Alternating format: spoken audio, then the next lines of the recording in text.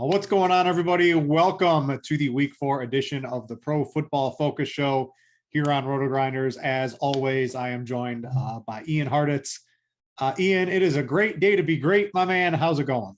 You got that right, Brit. Yeah, man, it's crazy how this slate, as Peter Overso put it, has been flipped on its head a bit here with some of the injury news that has been coming out over the past few hours. But yeah, man, I'm looking forward to this week. I was in attendance at the Bengals Jaguars game last night. So Auden Tate, dude, wide open. They just wouldn't. If like that I was legit thinking about you. I'm like, how Ian would have gone berserk if he would have just thrown it to Tate on that play. Like, come on, like people are really like, look, all the people say you can't separate. There was no one within 20 yards of them. They still wouldn't throw on the ball. First time in history. Uncalled for, but okay. Yeah, you mentioned injuries. One of the cool things about doing this show, at least later in the week on Friday, is we get some instant reaction, and we've got some of that we'll get into. Maybe not instant, but maybe a half an hour or an hour into the show. And it's always great to try to dice it up live, what we're going to do in certain situations. And I guess it's something like Darrell Henderson, Deontay Johnson, right? Like, what are we going to do with these guys as the weekend progresses? But let's jump right into this. As always, if any of you are new, we like to start with Ian's article, basically giving you a rundown of big explosive plays and mismatches. He calls it the Mismatch Manifesto. You can go find it on PFF this year. He made it available to everyone for the price of free $50. So everyone can go get into that. Somehow, Chris Collinsworth, I don't even know if you talked to him, but you were able to negotiate with him to make it free for all the people for DFS this year. It's not quite Chris's thing that he's spending the most time with. He's in the office a lot, man. You'd be surprised. It's like, oh crap, Chris Collinsworth just walked by. It's still kind of weird, but yeah, he's not quite worried about the editorial content right now. Ian, whoever you got to give the hammer to in order to get some free content for the people, we're okay with it. But tell the people basically what your article is, and basically then we can kind of jump into it with the explosive plays. These are big plays we can expect in DFS, offensive and defense. So basically, dude, let's get at it. Yeah, I mean, I'm not trying to really reinvent the wheel here. It's basically charts to show what everyone kind of already does when we're talking about matchups. What constitutes a good or bad matchup? It's a really good offense versus a bad defense. I just combined the numbers so you can see one color-coded chart. Red's bad, blue's good, and go from there. So with that in mind, using explosive pass play rate from offenses and defenses, we see 4 quarterbacks really sticking out this week. Sam Darnold, Jalen Hurts, Russell Wilson, and Teddy Bridgewater. Pretty interesting crop of guys. With Darnold in particular, man, let's find out if this Panthers offense is for real, because, man, they passed every test so far, and I know they haven't had the strong competition. The same can be said for that Panthers defense, but, this Cowboys defense has allowed the most explosive pass plays in the league through 3 weeks. So I do think that, Robbie Anderson gets some of that squeaky wheel storyline going for him. Matt Rule talking about more targets. I think he could be a great tournament option, but obviously we'll get to those specific plays later. And then maybe some guys that could be in trouble: Daniel Jones, Jameis Winston, and Ben Roethlisberger. Like, it's a good thing we don't want to use any of those guys. I know, but it's a good thing Deontay Johnson is back this week, so Ben doesn't have to pretend to try to throw the ball more than 10 yards downfield anymore, because it has not been pretty when he's attempted to do so. All right, let's move down the page just a little bit. Again, for you guys watching on YouTube, you see all the letters and things like that. You can get this for free over on PFF. And if you are on YouTube, give us a like and subscribe over there. Get access or notification to everything that we do here at RotoGrinders. All right, let's go to pace. And this is something ultra important. It basically helps make all the projections around the industry and stuff like that. The more plays you get, the more fantasy points we can expect. What are some good matchups we can expect for pace, and maybe a few games we might want to avoid? Yeah, this is, one of my most helpful, I think, measures to try to figure out what specific game I want to stack, bring it back with someone from I the see a other lot of side. blue this week.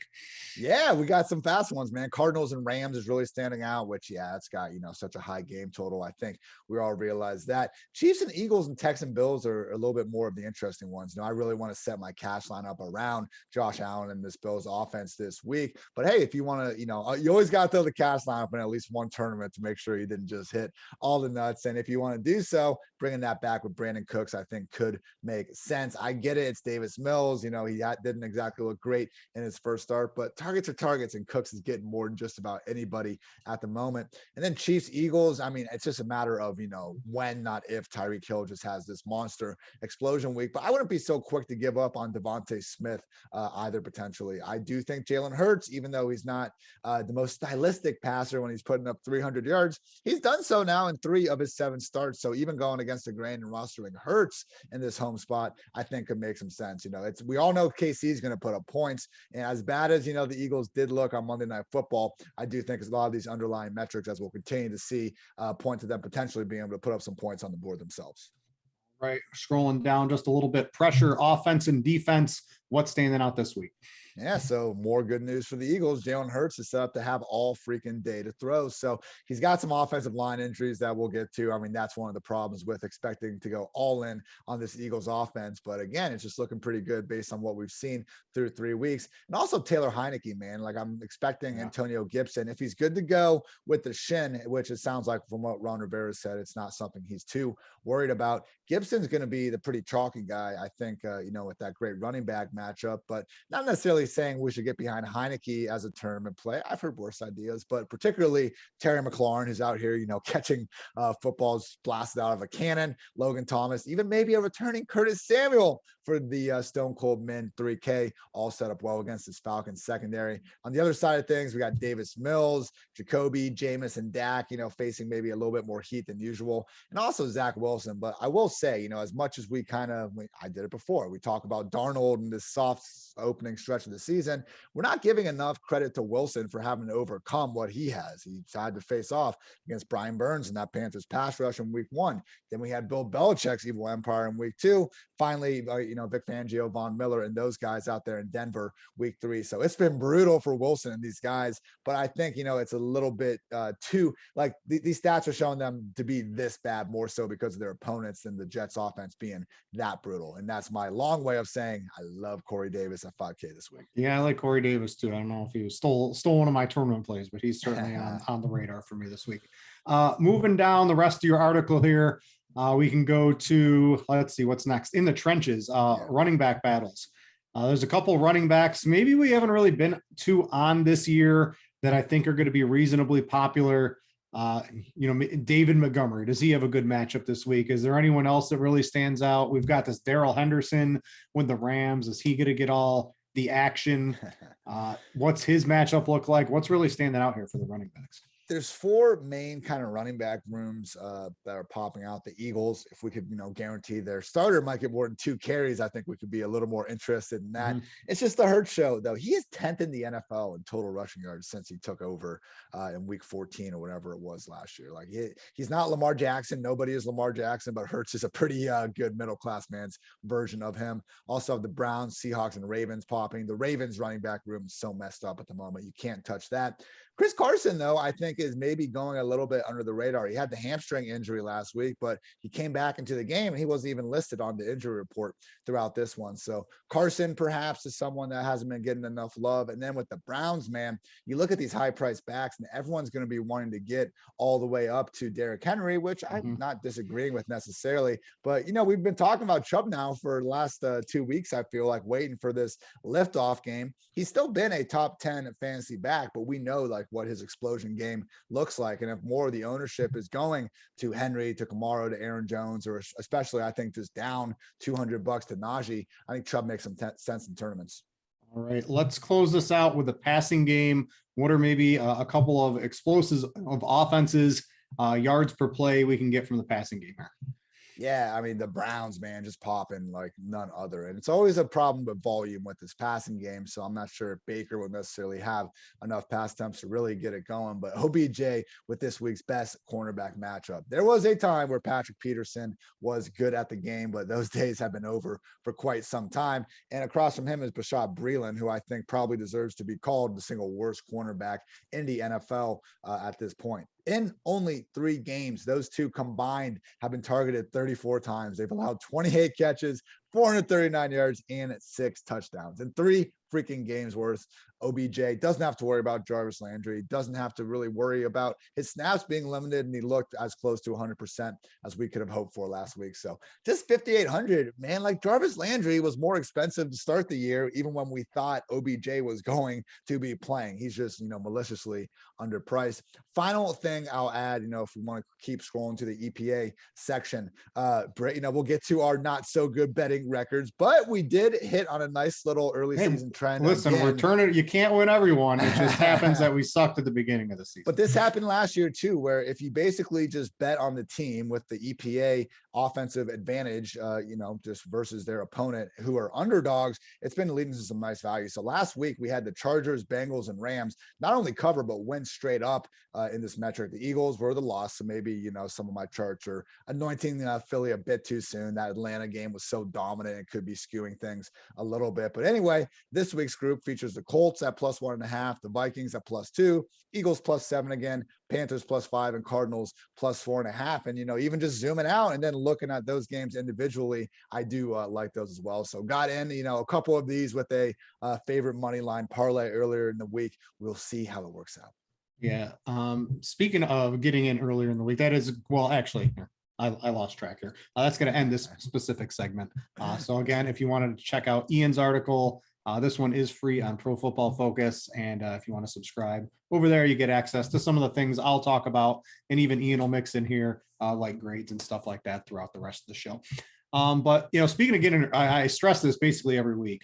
We're going to talk about bets right now. You got to go, right? I go on Monday morning, I cash in, whatever I can on Sunday from Sunday. And then I basically hit what I think are the best lines. So a couple of those, I got one so far that's looking pretty good. And that one's the Ravens right now. I got them at +1.5 right when the line opened on Monday morning. It's basically a pick 'em right now. And this Lamar Jackson back issue, I don't know. I guess I'm not really buying it. Hollywood Brown, he's catching soccer balls. Didn't really. I saw that today. Don't really need to be catching soccer balls. Like if I was a goalkeeper, Ian, I would catch soccer balls. If I'm a wide receiver, I'd catch footballs in practice. You think something like that would happen?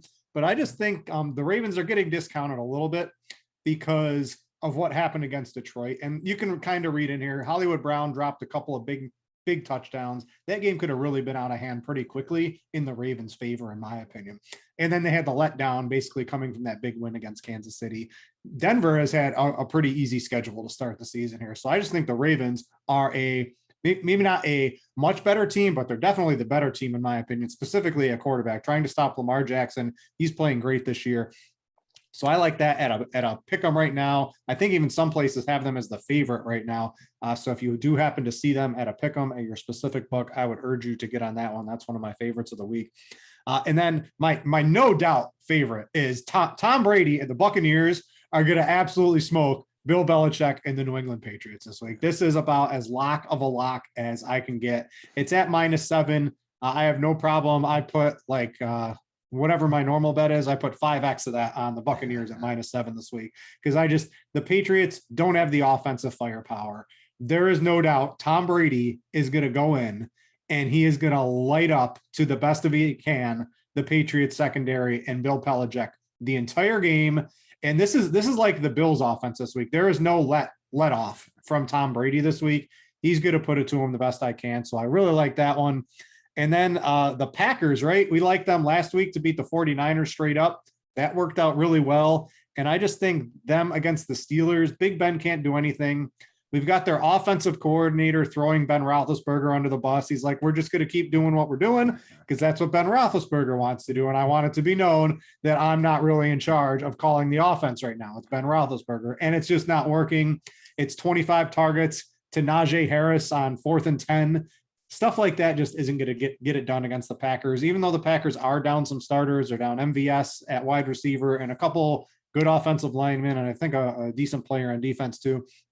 I just don't think the Steelers, somehow I got the Steelers right against the Bills week 1.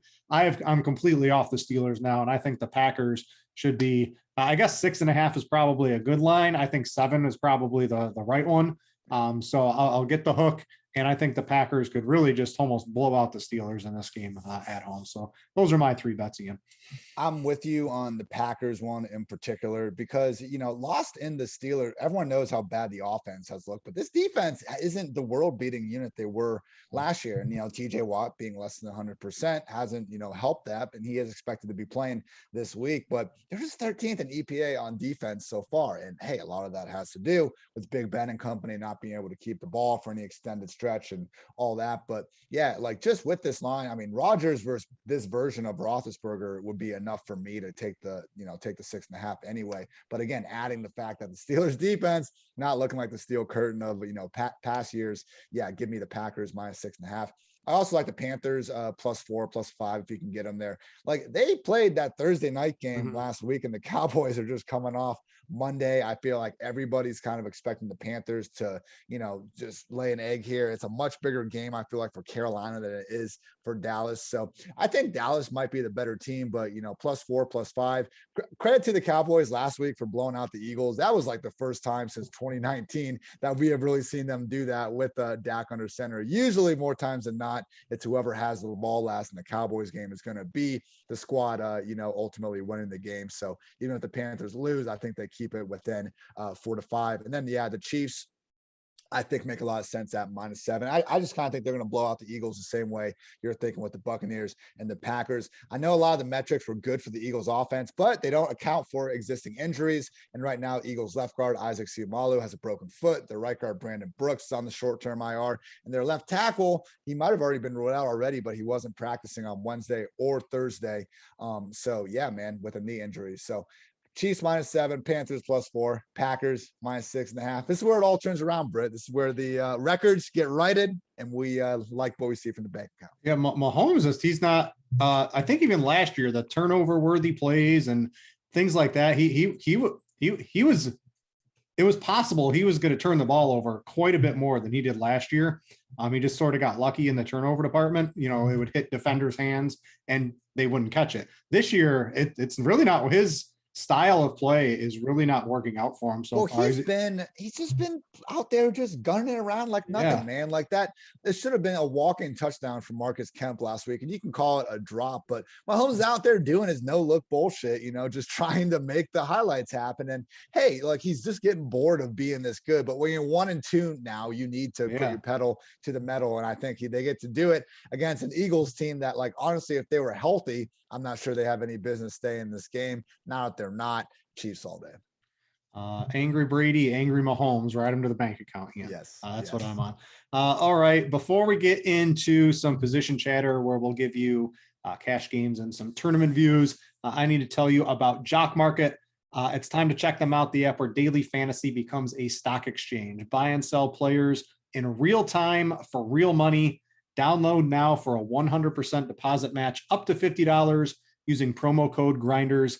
You can download that in the app or Play stores, or check them out on Jock Market or Jock MKT. So that's JOCKMKT.com, and use code Grinders for a 100% deposit match up to $50 on your first deposit. And I know it's a read, but I have played on Jock Market. It is a fun little game. You can do it in real time once the game's going, or you can buy and hold. You can short players if you got a lot of money in your account too. If you notice like an injury or something like that, see if someone's got an order in there. It's a fun little game to play. I encourage you to go check it out. All right, let's talk some positions here. And I guess we always like to start with the cash builds of the week because it sort of comes into focus by the time we do this show on Friday. And I think there's the Josh Allen cash game build, right? But spending $8,000 on DraftKings can be a little prohibitive to the rest of your lineup sometimes. And Allen is one of those quarterbacks. The Bills, I was talking to our producer pre-show. They play what you would consider optimal offense until even if they're up by 14 or 21, they just keep throwing the ball. So you got to like Josh Allen. It's just that price tag of 8,000 is a little high. I don't know if I'm going to be able to get up to him. I do like the Jalen Hurts, Dak Prescott tier. Hurts is 6,900, Prescott 6,700. I want to know where you stand on this right now, because we've got about Prescott with a 2-to-1 ownership advantage here. And I don't know, Hurts is 6,900 and Prescott 6,700. Hurts, like, no matter what happens in this game, Hurts, he's going to run, he's going to pass. He's basically always come through as a floor to like a mid-tier high ceiling play since he's taken over the starting job. And Prescott, while that offense is good, Carolina's defense, I think, is also good. And we're not getting those read options. We're not getting Dak putting his body on the line, and things like that near the goal line like we were last year. I'm looking at it. I'm tempted to maybe find the extra 200 for Hurts. So where do you stand on this? I think the field in general, based on everything I've looked at around the industry, is eyeing Dak Prescott right now. I am with you on Hurts. Like, he just has the far higher floor at this point. Dak is not running the ball this year. I think he has 19 rushing yards in 3 games. He had 19 rushing yards per game last season. And Hurts, like I said before, 10th among all running backs, all quarterbacks, everybody in rushing yards since he took over under center. He has been a top 12 quarterback, QB1 as we like to call him, in every game except for that weird Nate Sudfeld week 17 game. And even in that one, Hurts didn't tank it because he ran for 2 touchdowns before he got out of the picture. So I'm with you on Hurts, man, because the other assumption with Dak was that he was going to be throwing the ball 900 times per week. And he did in week 1, hasn't been able to crack 30 the past 2 weeks. The Cowboys are happy to lean on Zeke and Pollard when they're running as well as they are. And this defense, while I don't think they're incredible, I think Carolina can put up some points against them. It's also not, the complete dumpster fire that was the 2020 edition. So a lot of the, reasons why everyone had Dak ranked as a top 5 QB are kind of gone at this point. I think Hurts should be ranked. If we redid all fantasy draft stuff right now, Hurts should go ahead of Dak. And then I wanted to throw in, it's probably not like the mid-tier build just really fits, I think, the rest of my rosters right now. Taylor Heineke, you mentioned sort of in passing earlier in the show, but I mean, he's going up against Atlanta in a dome. He's 5,900. He wasn't really turning the ball over until his last couple of games, but that was against Buffalo where they had to really try to score some points later in the game here. He sort of always comes through, and he's 5,900. Don't think that's a big enough. If he was like 5,200, I think I could maybe get on board with it a little bit more. But if you are going cheap, he would probably be my preferred option. Do you have anyone else that you'd be eyeing in cash?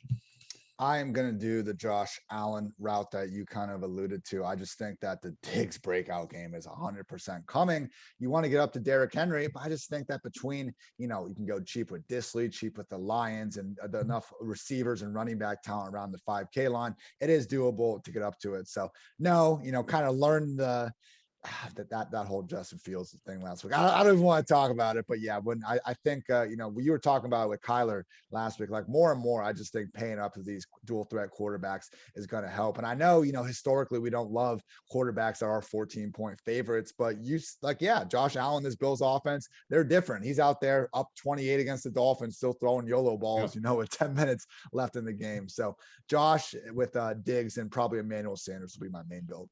All right. What are you looking at in tournaments today? I see on your notes, it looks like Stafford's in. I think Stafford's even sort of cash viable. That game should score a ton of points. I think I'm going to like the rushing upside of a Jalen Hurts or a little bit of a discount in Prescott instead of going for the statue quarterback and Matt Stafford, where he needs the 303 touchdowns to basically get there. But obviously for tournaments, we've got a 5% ownership on Matt Stafford. We've got a 2% on Kyler Murray. I mean, if you're able to get pieces of that game when no one else is really using them, this sounds like a bonanza in tournaments. Yeah, and the thing with Stafford last week, he kind of had to open it up more, but he still only finished with 38 pass attempts because the Rams just were able to get up on the Buccaneers, which we weren't really expecting. And so this one against Kyler and the Cardinals, like now we're starting to get into some of these NFC West shootouts that I think are going to bring out the best in both offenses. So Kupp and Woods, like I realize these guys aren't necessarily like super contrarian plays this week with their projected ownership and all that, but I just think that we're going to see a game where Stafford gets his pass attempts into the 40s and both of these guys ball out. Like, I'm not worried about Woods' start to the year because everything else around him looks so great. Number 3 ranked scoring offense. The Stafford McVay marriage is going as well as possible. Cooper Kupp's a great player, the number 2 receiver is going to step up and have some great weeks as well. Why not this one against the Cardinals secondary that, yeah, when they're playing Trevor Lawrence throwing off his back foot after getting a flea flicker, or a bad version of the Titans, it's they can look fine against that. But I think Cousins and the Vikings showed that this isn't really a secondary we need to fear. I will throw in Heineke and Matt Ryan as some tournament options. A game in a dome. I know weather's still reasonably good this year, but I think both of those offenses, especially, if Curtis Samuel's back, that's another, I don't know if he's going to be out there in our fantasy teams taking us to the top to win $1 million, but it's going to take some pressure away from Terry McLaurin, in my opinion, who looks really cheap. And there's some reasonable stacking options if you're looking for a quarterback on the cheap side. Those would be the two I would be looking for. All right, let's go to running back. And I mentioned earlier, using some guys we haven't really been on this year. It's week 4. We sort of know what's happening. And a couple of one's Darrell Henderson, but we'll hash him out on what we might do because we're really uncertain on his role. And I think I'm going to need like a Schefter tweet or something that says he's going to get the majority of work to really want to use a Darrell Henderson in my cash teams this week. But someone I definitely don't need that for is David Montgomery. We were worried a little bit about their backup running back stealing some touches at the beginning of the season, and that was true. We saw 45% going to him in the first week, down to 11% in week 3. What that means is now David Montgomery, he has a stranglehold on the workload in basically all situations right now. And this is the situation that led us all to use David Montgomery in the fantasy playoffs last year and win a bunch of money towards the end of the year in DFS when he was getting all the work. This is against the Lions. I think PFF has them graded as the 9th worst run grade defense team. I know the Lions are playing peekaboo, hide and seek with their starting quarterback. I think it's probably going to be Justin Fields, if you ask me. But this is going to be a game where if they can't figure out how to use Justin Fields, they're going to figure out how to give the ball to David Montgomery 20, 25 times. And we have plenty of evidence that version of David Montgomery can be very good. And I think his price is just a little bit too cheap. Looking to him to anchor my teams this week, Ian. Who's someone you have your eye on? I think David Montgomery, yeah, he's in line. Him or Allen Robinson are going to get back in a major way this week. But my original lineup, I was looking at, Mike Davis as a potential guy to get in there alongside Derrick Henry. But now I think there's enough value. If you want to go all the way and just trust Curtis Samuel at that 3K point, it really gives you a lot of options. I know, famous last words and all that, but then that actually allows you to get Derrick Henry in a game where the Titans, we're already going to give him 40 touches, but now without AJB and Julio, maybe the growing pass down work continues to increase. And then you can even squeeze Najee Harris and his, 20 target projection in there as well. So Najee and Derrick Henry, I think if you can get up there, make the most sense. If not, Montgomery is perfectly fine right there at 5,800. Agree with, the pass down work is back. And he was a top 5 running back at the end of last year when he had that pass down work. It just didn't seem like it was there in week 1, but it's here now. So get back to treating the guy like the top 5 back he is. And then, I do think Mike Davis is about the cheapest you can go at 5,100. I would have gone up to Sony Michel if Henderson was out. Obviously with him back, that just makes it a situation we should try to avoid for a week. I know Trey Sermon sitting there at 5K, popping a little bit, just, projected plus minus over, but man, as much as he was the only running back there last week, Kyle Juszczyk, they just gave him legit tailback snaps, and he was the one getting the 2-minute targets and everything. So Sermon isn't someone that we should even expect to have more than 10 to 12 touches, even if Mitchell winds up and being sidelined. So Mike Davis, despite Cordero Patterson, eating more and more into that work, remains the lead RB1, someone that's a home. I think they're like a 1-point dog, but almost a home favorite against the Washington football team defense. Hasn't looked nearly as good as we might have expected. So I still believe in Mike as a quality RB2 that, again, allows you to get up to Henry and Allen and these other Bills guys. Kyle Juszczyk and Brandon Bolden ruining fantasy seasons for the guys we want to have the actual touches. Moving to tournaments at running back, there's a couple of guys that I'm pretty interested in. One's going to be Jonathan Taylor. He's just 6,300. And I don't know, I'm going to go out on a limb, and I'm going to say if Peyton Barber can run for 100 yards and a touchdown against the Raiders, that Jonathan Taylor might be able to do the same, right? I think I can see one of the, Barber, Jonathan Taylor. We don't have the graphics, but they're two very different looking men.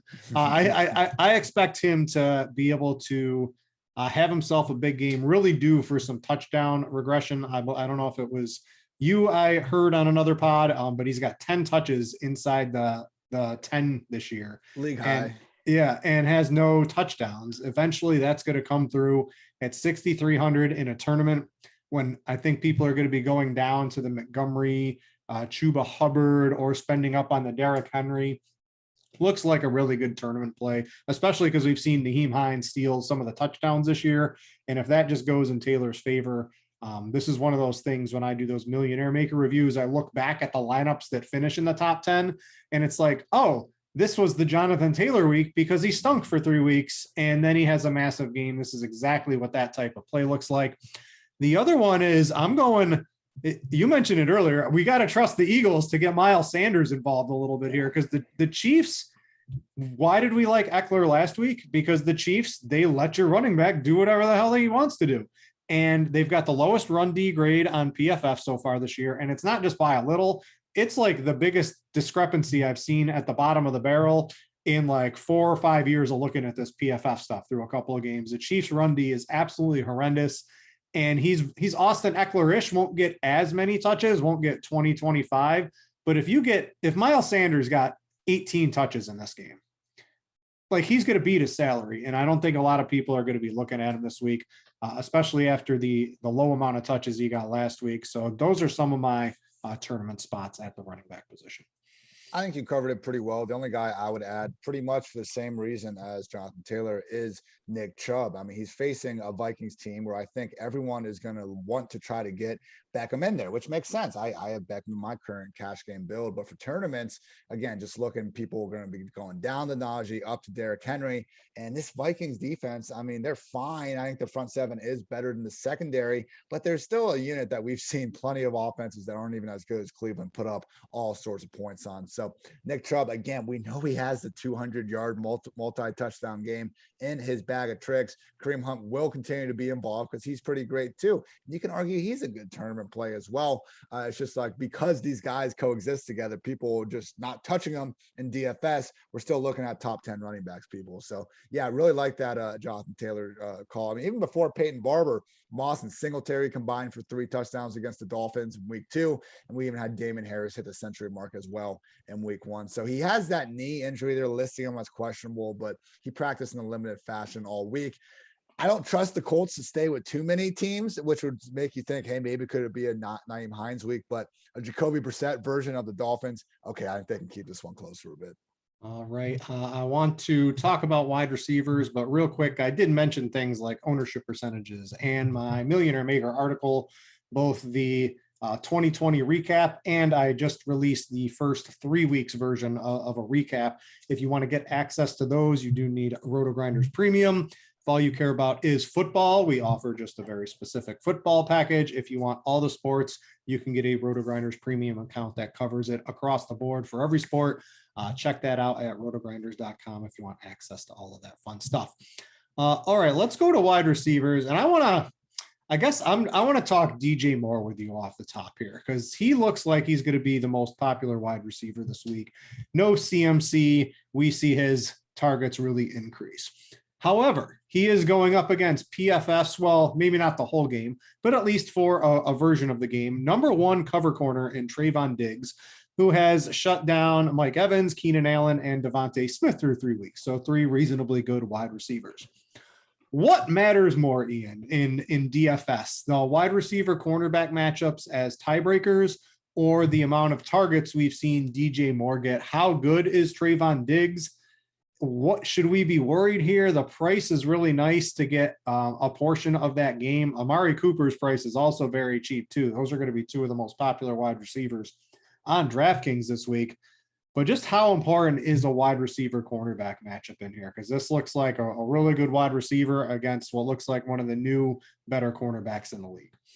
It's just a tiebreaker, man. We saw Trayvon Diggs come out in week 1, do a really good job and help limit Mike Evans, but we still had AB and Goblin going nuts, and Diggs didn't specifically cover Evans, one-on-one that whole game. They just ended up being matched up a bit because of the way it worked out. In week 2, he shadowed Keenan Allen, who still went for 100 yards. Now he had to work for it, but we don't really care how hard he had to work for it, what style points, were involved or whatever, still managed to beat it. And last week, he ended up taking away Devontae Smith pretty well. Still wasn't a shadow situation though. And we saw Jalen Hurts go for over 300. So I would expect Diggs to shadow DJ Moore. But again, if he keeps getting these 10 plus target workloads, I don't really think it's going to matter. Great defense, I think, is beaten by great offense in today's NFL. I know we're talking DJ Moore for cash, but man, Robbie Anderson, I think, is one of the best tournament plays of the week at wide receiver. We just lost Christian McCaffrey in this offense. That is humongous. They're not going to funnel the exact same amount of targets to Chuba Hubbard and Royce Freeman. They're probably going to get the number 2 receiver that they just re-signed to a long-term extension in August, who has had 2 down games and whose coach has been talking all freaking week about getting him more involved. So Cowboys defense, as good as Diggs has looked, man, they have allowed the most explosive pass plays in the league to this point. I think DJ and Robbie could have themselves some nice games. Yeah, I like Anderson quite a bit in tournaments. Probably wouldn't do that in cash. I think I do prefer DJ Moore, and I'm sort of on the train you are, where if DJ Moore was priced, if he got the Cooper Kupp price hike, maybe we wouldn't be on him, but he hasn't gotten that yet. Maybe that's coming next week. But his price around the industry, I think he's pretty good. Amari Cooper is another guy. He's at 6K, right? The mid-tier wide receiver build of legitimate. I mean, is Amari Cooper the number 1 option? It's 1A between him and CeeDee Lamb, but he's just 6K. He had a rib injury, a little bit of a down performance. The Cowboys were able to run all over the Eagles last week. That allowed his price to drop down a little bit, and that 6K price tag is just a little bit too cheap. You can't, if you don't play the big dog, you can get to Cooper Kupp or Devontae Adams pretty easily, I think, on both sites this week. What do we got? We got the long track record of Devontae Adams, right? Who's just always has all the target share. And then we have a 3-game sample of Cooper Kupp getting a target share that even Devontae Adams would be jealous of. Ian, who do we play between these two here? We got the huge total game in Los Angeles. We've got a lower total game, but you've got Aaron Rodgers throwing the ball to Devontae Adams with no MVS. I don't know. If you give them both 13 or 14 targets this week, I don't think it's the craziest thing in the world. Yeah, I give the nod to Devontae. You mentioned the no MVS, and it just wouldn't really even matter if MVS was in there. I mean, I think it was Collinsworth on Sunday Night Football talking about so many of the short screens they throw to Devontae are more or less extensions of their run game. You just don't see other receivers schemed up these sort of just sure thing targets the same way Adams is. And that's why, even we kind of got thrown off the scent a little bit in the offseason, but he really never should have been going behind Tyreek Hill in fantasy drafts because he's just has this unfair target workload that we don't see elsewhere. So in his last 16 regular season games, not impacted by injury, 180 targets, 137 catches, 1,647 yards, 19 touchdowns. Kupp's doing his thing, but we've seen Devontae doing the same thing at an almost higher level for a much longer time. And Robert Woods, cash game 5,300.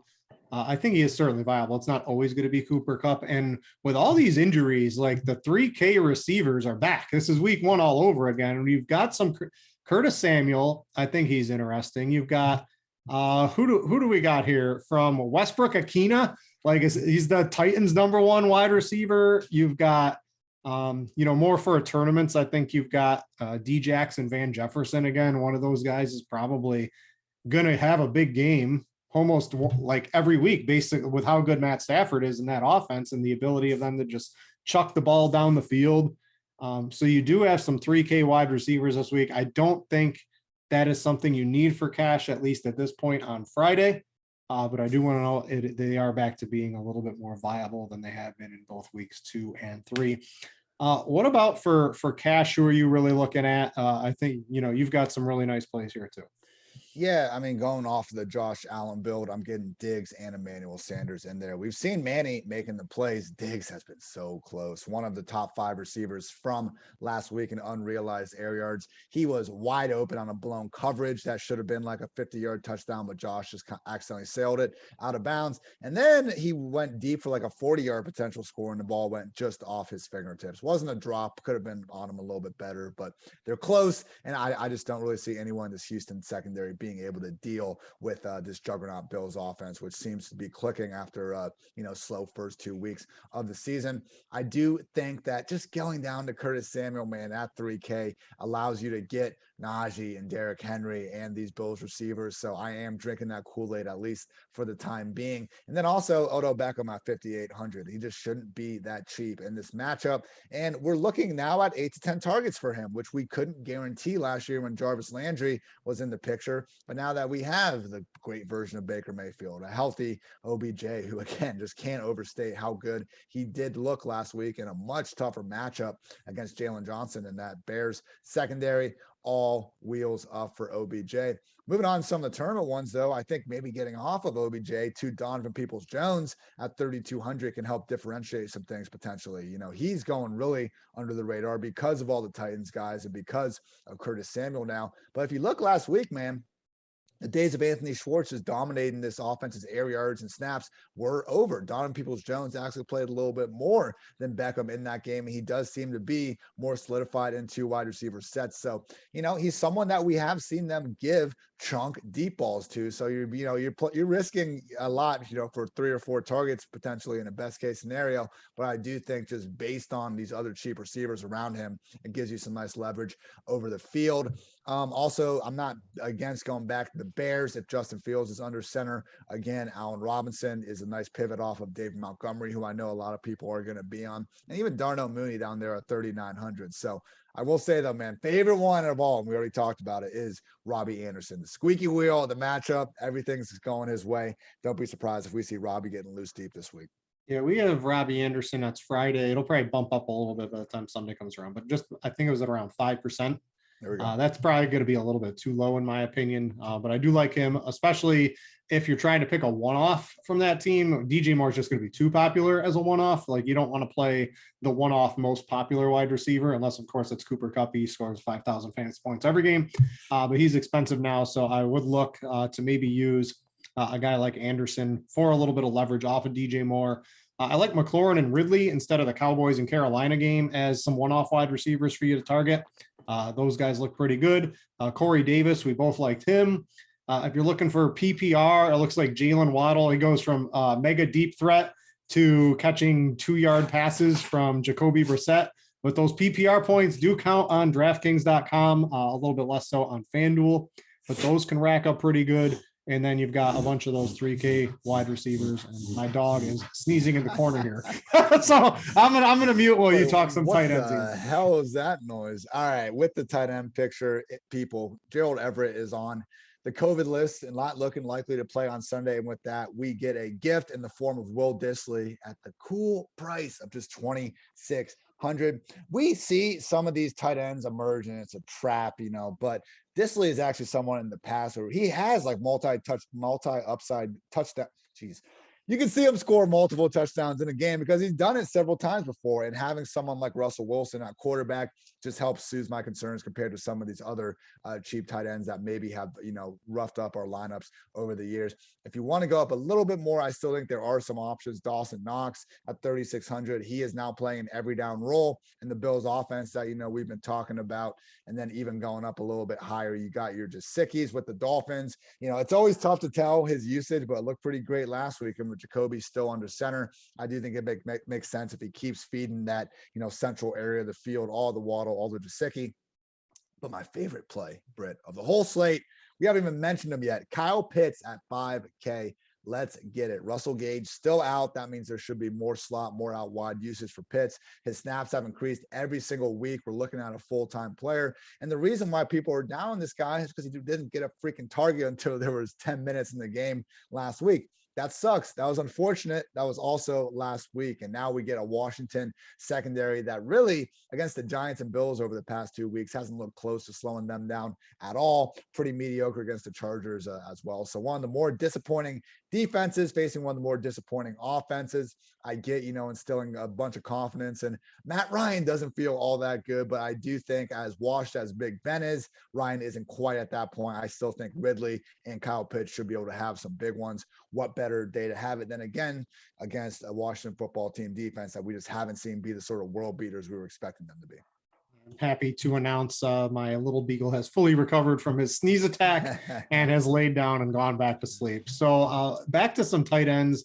I do like, you mentioned Disley. I think there's a small chance Gerald Everett can play. He is vaccinated. You can sort of like read between the lines on things like that. So if he tests negative twice before Sunday, like if he tests negative, I think Saturday and Sunday morning before the game, I believe he can play. So there's a small chance that he will be eligible to play on Sunday. So before you jam in Will Disley, do keep an eye on that situation, because if Everett plays, Everett's like definitely going to be the dude I'm going to have a lot of interest in, especially if the people are going to be playing Evan Ingram, because Evan Ingram is not it. He is the cheap tight end I think a lot of people are using. And I know there's like, they're down a couple wide receivers, but Evan Ingram has not been it for a very long time. Not someone I have a lot of interest in, honestly. So I would probably play Will Disley or a Gerald Everett over Evan Ingram for cheap. I do think Gesicki, I think those Jacoby Brissett dump offs are real. He's not going to push the ball down the field because it makes a lot of sense, right? You've got Will Fuller and Devontae Parker dragging the defenders, down the field, and you've just got wide open field for Jalen Waddle and Mike Gesicki. It does make a lot of sense as to why those two did have a reasonably good game, at least PPR wise. I think Tyler Higbee did not get a big enough of a price bump. He's in every snap, involved in just about every play, involved near the red zone type of player. I think his price is still pretty reasonable. And then Logan Thomas just looks like a man amongst boys. The Curtis Samuel returning maybe knocks his target share down a little, but he's in the red zone. It's not going to be little Curtis Samuel. It's big Logan Thomas going to be catching, and Terry McLaurin catching the touchdowns for Washington. So I think those are good. And then in tournaments this week, it's just going to be if everyone's playing Evan Ingram, if everyone's playing Will Disley, if everyone's playing like whatever the cheap tight end of the week becomes, even the cheap 2 tight ends, because we might have 2 of those, avoid them like the plague in tournaments. They just eat up too much ownership by the time it's all said and done. And even though on a baseline projection, players like Evan Ingram and a Gerald Everett or a Will Disley, right, they should get 4 to 5 targets. Their upside it doesn't match Kyle Pitts and Logan Thomas and Tyler Higbee and Hockenson and Kelsey, right? So when everyone's using those cheap tight ends, if they become ultra popular by the time Sunday morning comes around, just avoid them like the plague in tournaments. Looking at at least in the ultra large field tournaments like the Millionaire Maker and the Slant and whatever the play action, the $3, the stuff like that on DraftKings. Just years and years of looking at the Millionaire Maker data, those dudes are not it when you need to have a winning lineup. The ultra popular cheap tight end, avoid like the plague in tournaments. You got a couple defenses, Ian. We can wrap it up there and then get on out of here, make some teams, and see you next week for week 5, man. Absolutely. Yeah. The one I've just been, again, filling, I've used up every single dollar of salary in my current cash build, and I got to get down to the Lions at 2,200 in order to do so. Their defense is awful, but even if Fields I'm assuming Fields is going to go under there. We can't assume anything with Nagy, but assuming Fields is there, I think he'll play much better, but these quarterbacks that hold the ball this long just kind of lend themselves to taking sacks, having fumbles, and basically creating a good day for the defense they're facing. So I would also say, maybe getting the Ravens at 3,400. They're a little bit more contrarian in tournaments where, again, I know they haven't been great, but you look at Teddy Bridgewater's behind the, beyond the box score metrics, and this dude is holding the ball an awfully long time. I'm a little bit concerned when he's going up against a blitz happy defense like the Ravens. Might try and make him speed that clock along just a little bit. Yeah, man, I would say that's it. There's a lot of I don't think you need to really go too expensive this week, but I want to throw this out you, because currently we have 3 teams combined that are going to eat up. Well, actually, I'm looking at our ownership percentages. We have 4 teams eating up. I'm going to do some quick math. Over about 60% of the ownership right now. They're all cheap. We've got the Seahawks, Falcons, Lions, and Jets all towards the bottom of DraftKings. And DraftKings does lend itself to the cheap defense this week. But everyone's going to be using those. So you can get there in large field tournaments on one of the more popular defenses, but you can also win $1 million with a 0 or a negative from defense. That's also happened because the position's just so weird. And it's okay to take shots on the cheap ones because if you don't spend a lot of money, you are able to make that up in skill position players. But I think the cheap defenses are almost too popular, Ian. Why not take a shot on the Giants against Jameis Winston, right? Jameis Winston stinks, and the Giants might be able to get there. Why not take a shot on the Colts against Jacoby Brissett for just a couple hundred more? Yeah. I mean, the Bills defense, they're going to score like 17, but they're 4,300. You need like 25 basically once you get up that high on a defense. But just I usually like the cheap defenses, but it seems like everyone's on them this week. I might looking to spend up a little bit in tournaments this week. Oh, in tournaments, I think it always makes sense to spend up. We've been doing that most of the weeks on here, but I just can't get off of these cheap guys in the cash build. It's too enticing to be able to squeeze the rest of the guys in. But yeah, I mean, even going up all the way to, I would say, if anything, man, like the New Orleans, like if you wanted to really spend up for one, having the Saints back in the Superdome for the first game, man, it's got those return from Hurricane Katrina vibes, and you get to see against Daniel Jones. Yeah, that's a great one. That's all. Well, and to be fair, Daniel Jones is playing some great ball this year, but I don't trust Jason Garrett to really put him in a position to make that continue to happen. So yeah, Daniel Jones is like the king of freaking fumbling, as great as he has been throwing the football this year.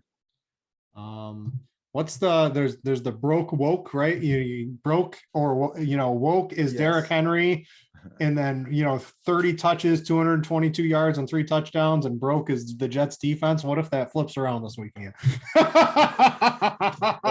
We'll freaking see, man. 2K for that defense. Hey man, if they can stop, they're not going to stop. No, it's not going to happen. Come on. All right, we'll get out of here on that one. As always, Ian, great doing the show with you again. Yes, if you guys are new to the show, you can check out Ian's main article, the Mismatch Manifesto, that is over on Pro Football Focus. They have a little search bar. You can type in Ian Hartitz. You'll be able to find that particular article for free on Pro Football Focus. Go check that out. If you want access to anything here at RotoGrinders Premium, check us out. And I do want to know, I got a little birdie in my ear. Has told me during the show. I mentioned Jock Market. They are running back their basically allowing you to free roll for a week. So if you are a new depositor, your first try of the market is on them up to $100. So you deposit 50, you get the bonus of 50. You can mess around with that $100. And if you do happen to lose that week, they will refund you up to that $100 as their first market guarantee. So make sure to go check them out as the read on the show today. And Ian, other than that, we got to get out of here, man. Lots to do, lots of football, lots of money. How come there's no football on Friday nights? I know there's some college. They should we just need NFL every single day, dude. No, you gotta give the high schools their day. I think that's legit there's a Saturday's a contract or something like that. I think there's also that contract to give the high school guys their day. Come on, it's all good. It helps the weight, and it gives you a night with the lady friends of the world to not completely make them hate us. So I'll take it. All right, we're going to get out of here, guys. Thanks to Ian for doing the show with me. Thanks to all you for watching, listening, subscribing, clicking like, whatever it is you're doing for us here at RotoGrinders. We greatly appreciate it. I'm Brit. He's Ian. Thanks for watching, and we out, y'all.